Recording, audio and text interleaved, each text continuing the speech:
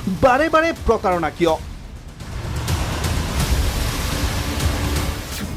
শ্বহীদক অপমান কিয়? এতিয়ালৈকে কিমান বিদেশী বিতৰণ হ'ল?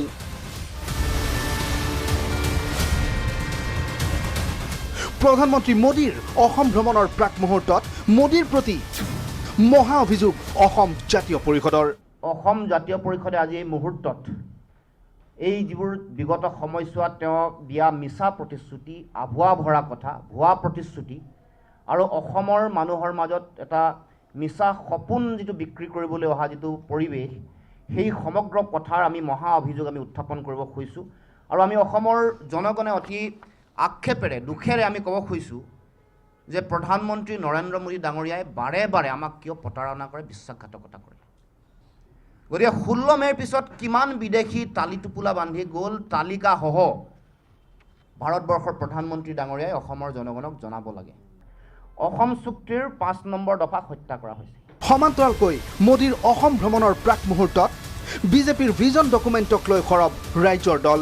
বিজেপিয়ে 2016 চনৰ বিধানসভা নিৰ্বাচনৰ ভিজন ডকুমেণ্ট দিয়া প্ৰতিশ্ৰুতিৰ মুঠ সংখ্যা আছিল 476টা। এই 476টা প্ৰতিশ্ৰুতিৰ কেৱল মাত্ৰ 5টা প্ৰতিশ্ৰুতিহে সম্পূৰ্ণৰূপে পূৰণ কৰিছে বিজেপি চৰকাৰে। 476টা প্ৰতিশ্ৰুতিৰ ভিতৰত 5 বছৰত কেৱল 46টা আংশিকভাৱে পূৰণ কৰিলে বিজেপি চৰকাৰে।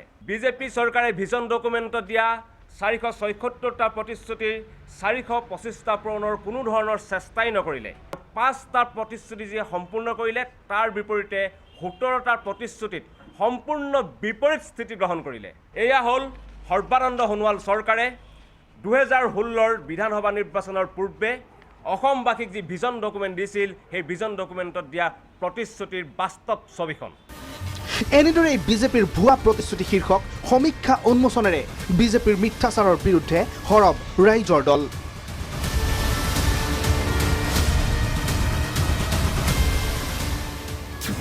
বিজেপিক প্ৰতাৰক আখ্যা কৃষক মুক্তিৰ।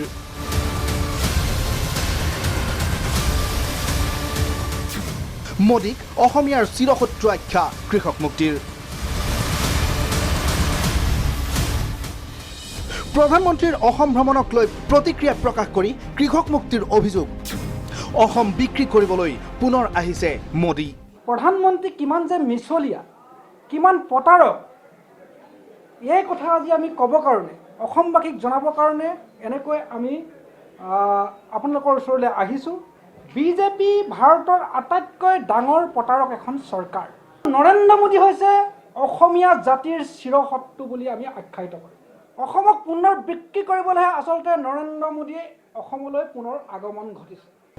বিৰোধীৰ প্ৰত্যাহ্বান অভিযোগৰ মাজতে শনিবাৰে অসমলৈ আহিব প্ৰধানমন্ত্ৰী নৰেন্দ্ৰ মোদী।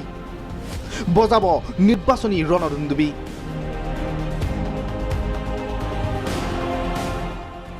দেওবাৰেও অমিত শ্বাহে কোকৰাঝাৰ নলবাৰীত সম্বোধন কৰিব বিশাল জনসমাৱেশ।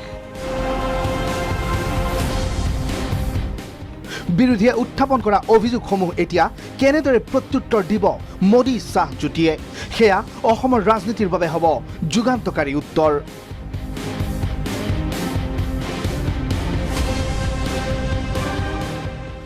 ভিডিঅ' জাৰ্নেলিষ্ট দিলীপ আৰু কংকনৰ সৈতে নৱ আৰু নীলকমলৰ সহযোগত ৰুবুল গগৈৰ ৰিপৰ্ট, প্ৰাগ নিউজ।